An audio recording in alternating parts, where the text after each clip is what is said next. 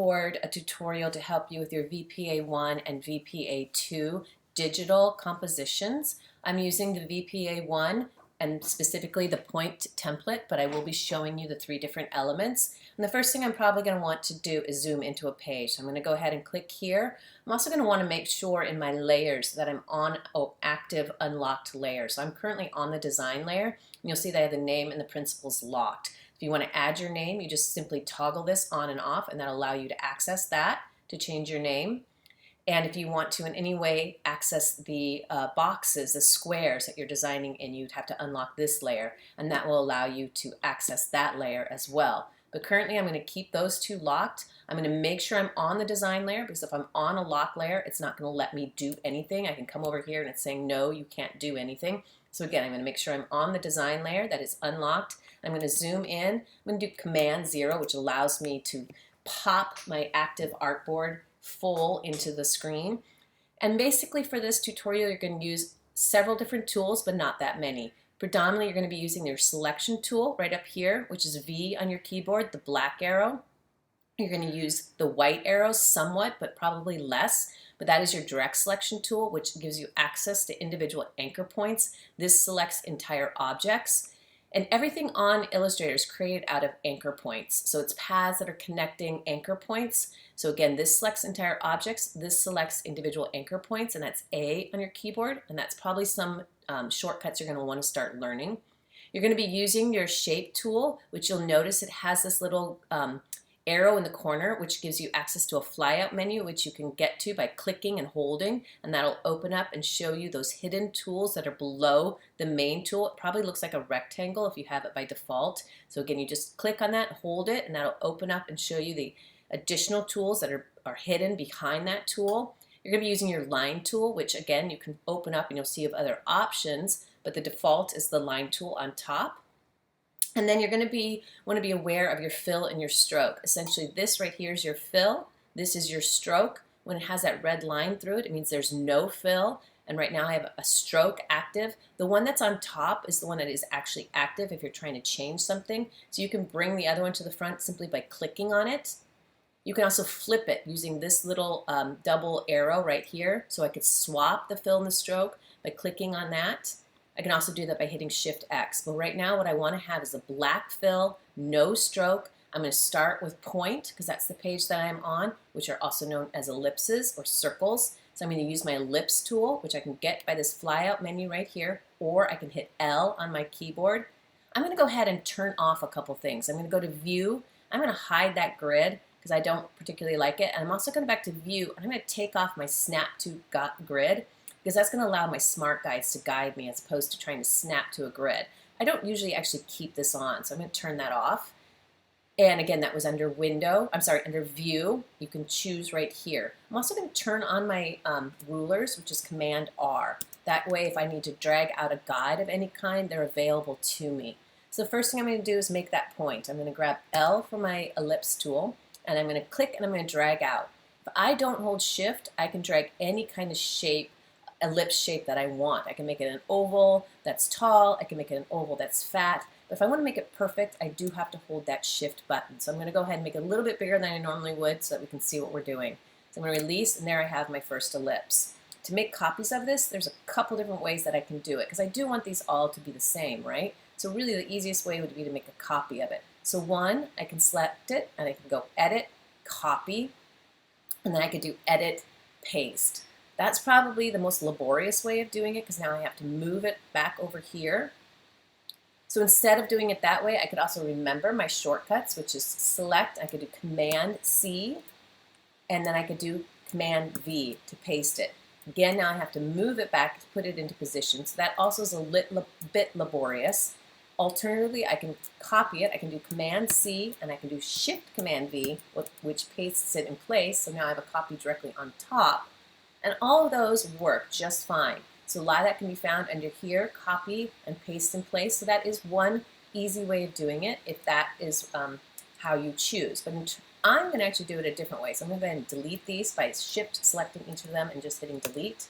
I'm going to take my first one and I'm going to copy it using my Option Alt button. So I have it selected. I can depress Alt or Option, and you'll see a little white arrow sometimes it doesn't show up, but it'll still make the copy. But there's a little white arrow behind my black arrow that's indicating I'm going to make a copy. So I'm going to I'm going to Option Alt while I hold it. I'm going to start to drag. You'll note that my smart guides are telling me that my spaces are the same between the top of the box and my two objects. I'm going to hold Shift to keep it in a perfectly straight vertical line. If I try to move that away, it's only going to let me do that in 45-degree angles, so that Shift does keep things in alignment, and then I'm going to release. So now I just got my second copy, and to do another one, I can just hit Command D, and that'll duplicate my last action. Now, if I really want to be slick, now I can just select these three, and I can Alt copy them over. Alt, holding down Option Alt. I'm also holding Shift, so it's, again, keeping them in alignment. Now I have 6. There's really only one more that I need if I want to use all of them. And that I can make a copy of that by just, again, Alt Option, and I could drop it in the center so it looks sort of like a die. But it's having a hard time figuring out who it wants to align to, so I'd have to manually do that. However, you'll see that this is not aligned in the center. So if I want to be slick and get this all aligned perfectly within this, first I would decide how I want it to look. And I don't really want it where it is. So what I'll do is I'll select all 3 of these, and I'm going to just move them over and position them. Now, a smart guy just told me I'm in the center, so I'm going to go ahead and do that. I'm going to do the same with this. I'm going to go ahead and move that over, and it's telling me I'm in the center, and then I can easily align this one in the center. You can see it's still not perfect. So what I'm going to have to do is get this perfectly in the center. So to do that, I'm going to use my Align panel. So the first thing I have to do is introduce a new tool or trick. So I'm going to first select all 7 of my ellipses here. And what I'm going to do is I'm going to tell Illustrator to think of these as a group.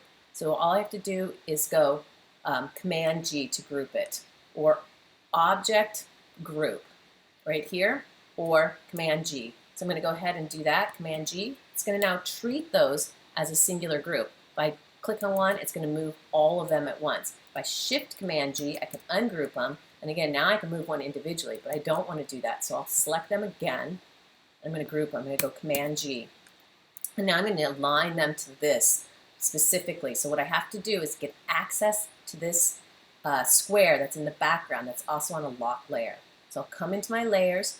I'm going to unlock that layer. I'm going to select this as well. So I'm going to Shift Select to select it, and then I'm going to click on it again to make it my key object. So I didn't have to hold Shift or anything like that with all of them selected. If I just double click on this one again, you'll see a blue line come around it, and that's telling me that it is now the key object. And I can go Window, Align Panel right here, and then I'm going to see that I have all these things to align the objects or distribute the objects. I'm going to come down here, I'm going to say Align to Key Object.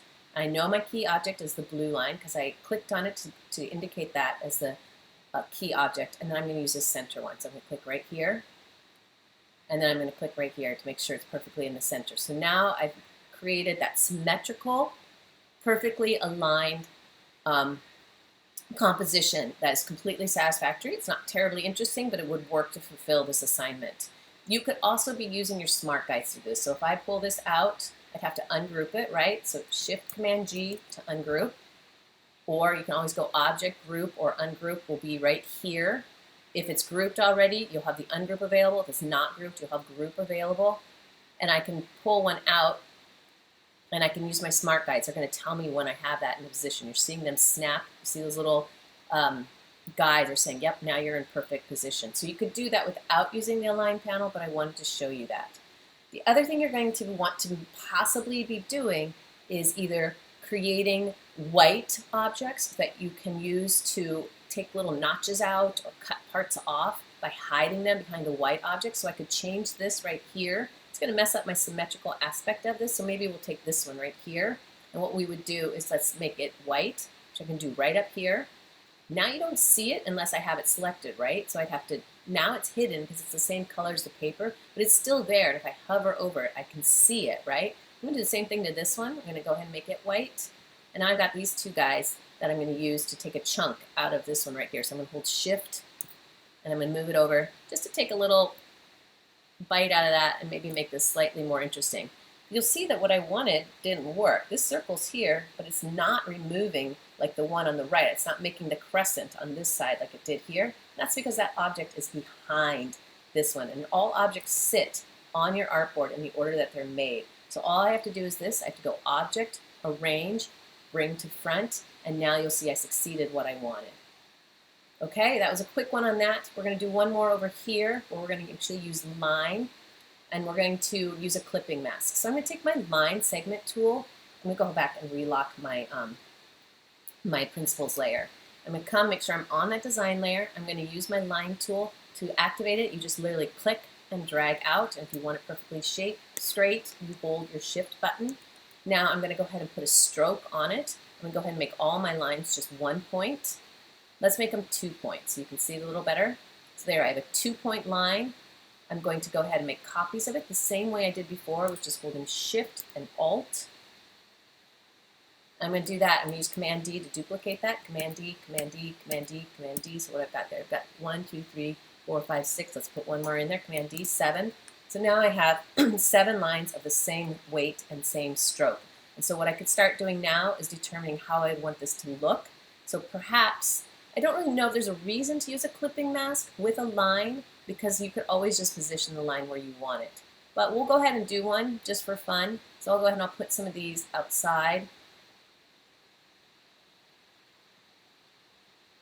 By simply Shift dragging.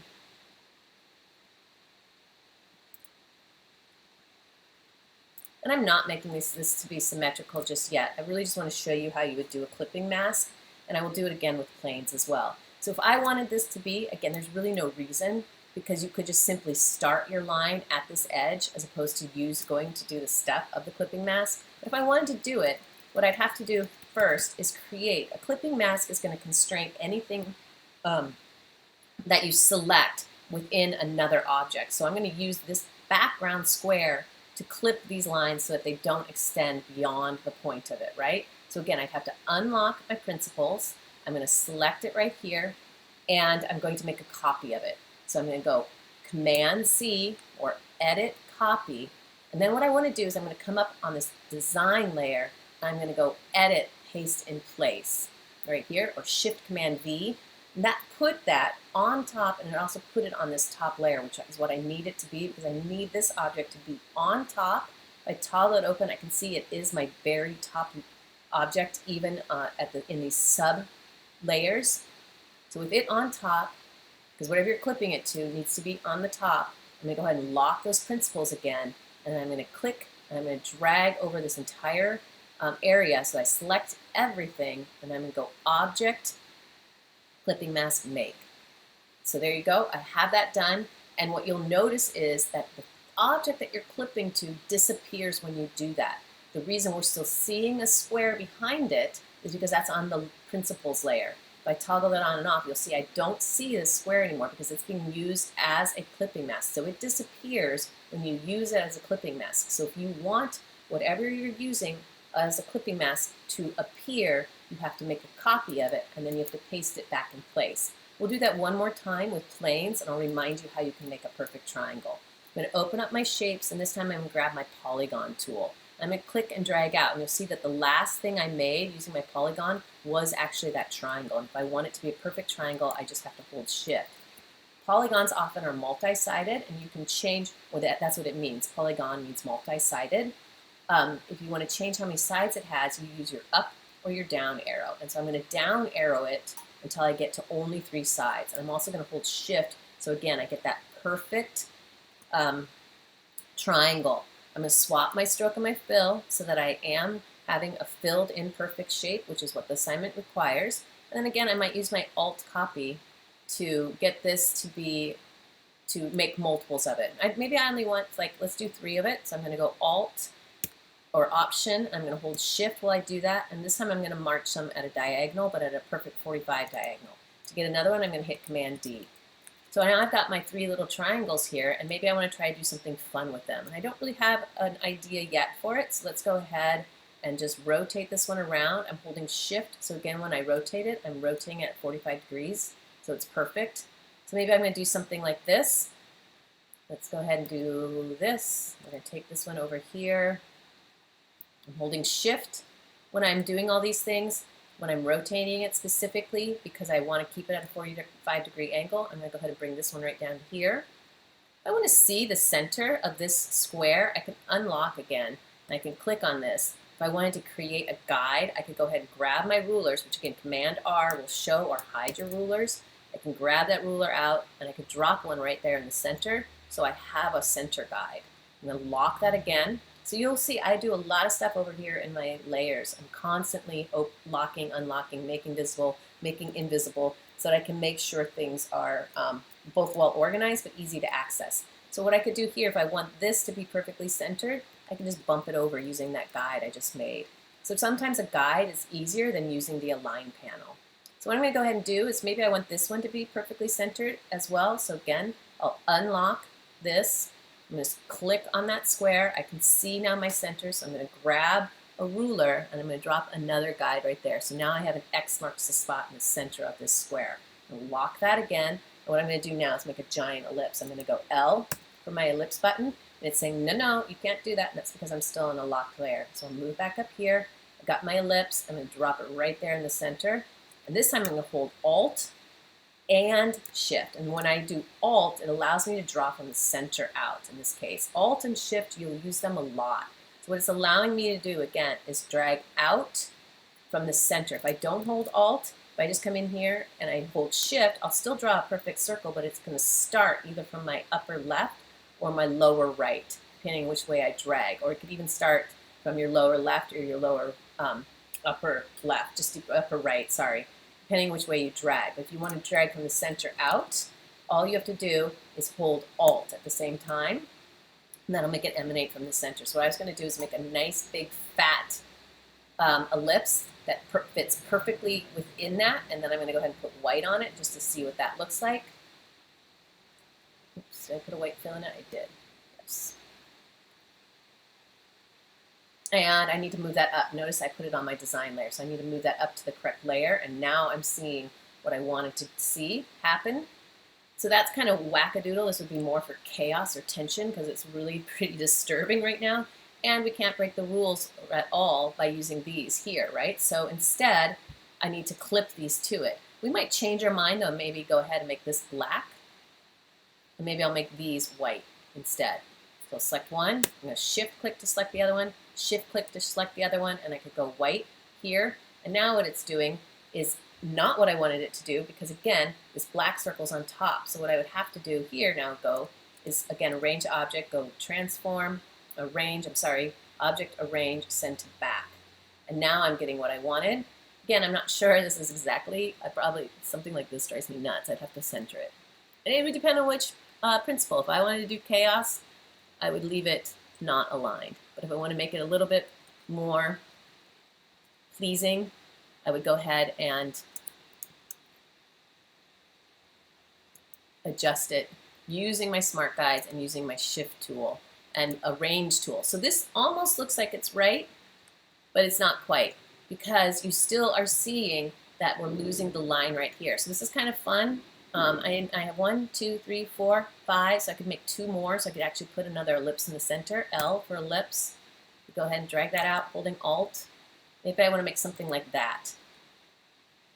Force, I was thinking of symmetry. This is not asymmetrical right now, but I was thinking more of symmetry and demoing this. So now everything here looks quite good. I could get rid of these guides so we could see what we're doing by clicking on them. I think I have them on my principal, so I'd have to unlock. I'll click on that guide, delete it. Click on this guide, delete it. But I don't have this line right here, so I do have to do the clipping mask so that I can or I could just drop another box on top, but to do it correctly, I would do a clipping mask. So what I need to do a clipping mask, again, I need to select this object, which is on the principles.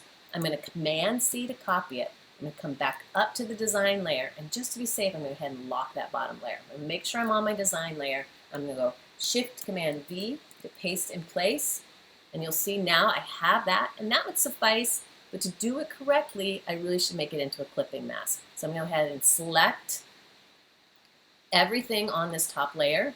It does not matter that I select the things that are below or that I don't need clipped in, because it won't change it. And I'm just going to go Command 7 to create that clipping mask. So now I actually have it clipped. Not entirely necessary in this case, but that would be how you would clip it. If I want to release that clipping mask, all I have to do is Shift Command 7 to release it. Okay? Hopefully that is helpful. I think that's everything you would really need for this assignment. If you have any problems, I'm going to go shift, I'm going to Command Z undoes your last move, Command Z will undo your last move, and Shift Command Z will redo your last move. So I just went ahead and undid when I turned off that clipping mask, if that makes sense. And I actually still have one more shape I could use here. So again, I could come into this and I could go L for my ellipse tool, and I'm going to V to get out of there. I don't want that selected. I'm going to do L for my ellipse tool. I'm going to allow it to tell me I have a center. I'm going to hold Alt. I'm going to drag out, and then I'm going to put a black fill on it. So I actually used all my shapes to create this design right here. Hopefully you found that helpful. You would want to save this first as your working file. So you just hit save, and then you can do save as to create the PDF, and you can grab it from the drop-down menu right here. Okay? If you have any questions, please reach out and have fun with this, all right?